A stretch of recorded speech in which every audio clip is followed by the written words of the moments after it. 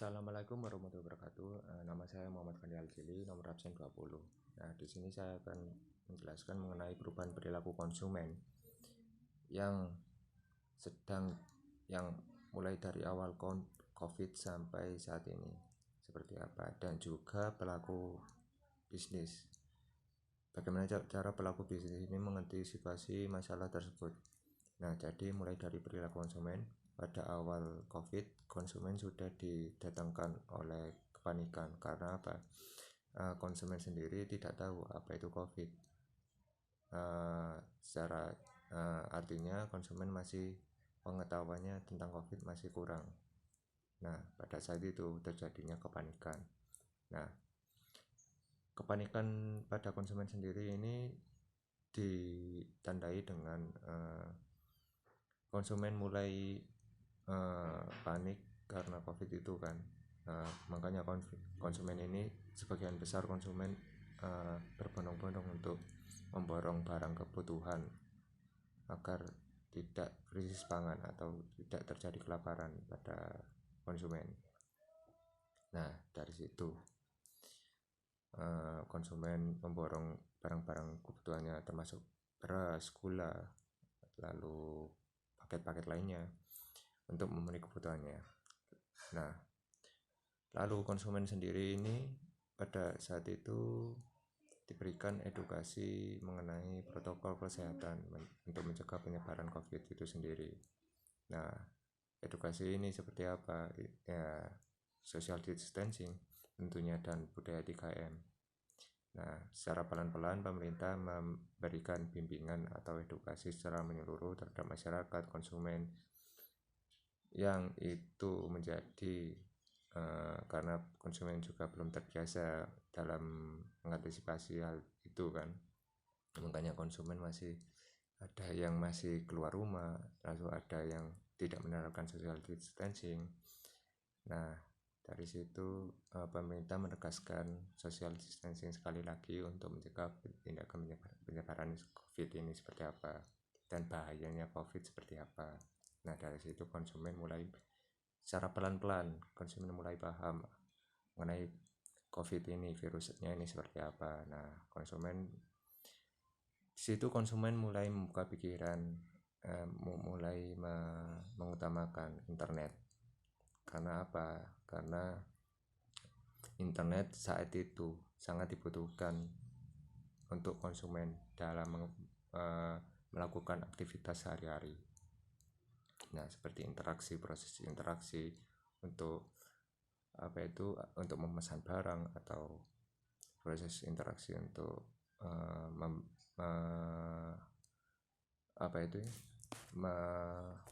melihat data info tentang barang yang akan dibeli atau yang lainnya seperti itu. Nah, konsumen mulai terbiasa dengan menggunakan media platform. Salah satunya dari e-commerce juga seperti Lazada, toko pakaian itu, lalu ada Tokopedia, toko barang-barang, lalu ada Lazada, Tokopedia, Shopee dan lain-lain ya. Seperti itu. Konsumen mulai aktif di situ. Nah, mulai saat itu pengguna e-commerce di Indonesia juga sangat tinggi, sangat tinggi karena pasar-pasarnya ini mulai besar setiap sektor di e-commerce tentunya, sehingga konsumen sudah tidak mulai khawatir lagi dengan kebutuhannya karena sudah ada internet tersebut. Nah, mulai dari sini pelaku usaha memanfaatkan peluang tersebut. Nah, kenapa? Karena untuk mengatasi pengangguran juga, tingkat pengangguran juga karena kehilangan pekerjaannya di COVID ini.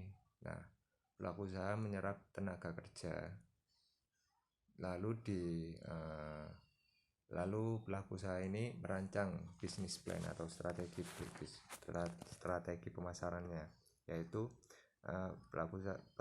para pelaku usaha ini harus menangkap keinginan apa yang sekarang diinginkan konsumen.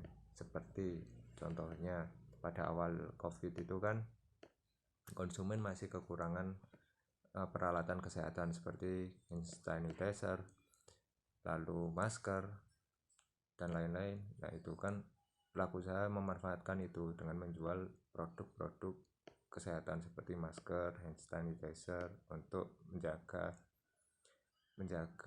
konsumen, untuk memenuhi kebutuhan konsumen tentunya. Nah, seperti itu. Contoh lainnya seperti konsumen juga kan pada saat itu konsumen juga membutuhkan, pada pertengahan bulan ini konsumen sangat membutuhkan misalnya kayak membutuhkan dana paket data untuk internet misalnya. Nah, seperti itu para pelaku usaha sendiri memanfaatkan peluang tersebut untuk memenuhi tujuannya. Nah, selain UMKM, produk UMKM seperti tadi masker tadi, pelaku usaha juga misalnya membuka kerjasama kepada perusahaan pelayanan internet seperti perusahaan Telkomsel atau lainnya, Indosat. Nah, untuk memberikan bantuan paket belajar seperti bantuan paket belajar untuk siswa murid SMP sampai SD, SMP, SMA, untuk melakukan promo secara besar-besaran. Dan juga pelaku usaha ini sangat memanfaatkan teknologi pendukung online ini. Karena apa? Selain berinteraksi dengan karyawannya, pelaku usaha ini dapat memantau secara langsung proses kinerja karyawannya sehari-hari. Nah, mulai dari situ pelaku usaha menyiapkan mulai dari pengeluaran kebutuhan,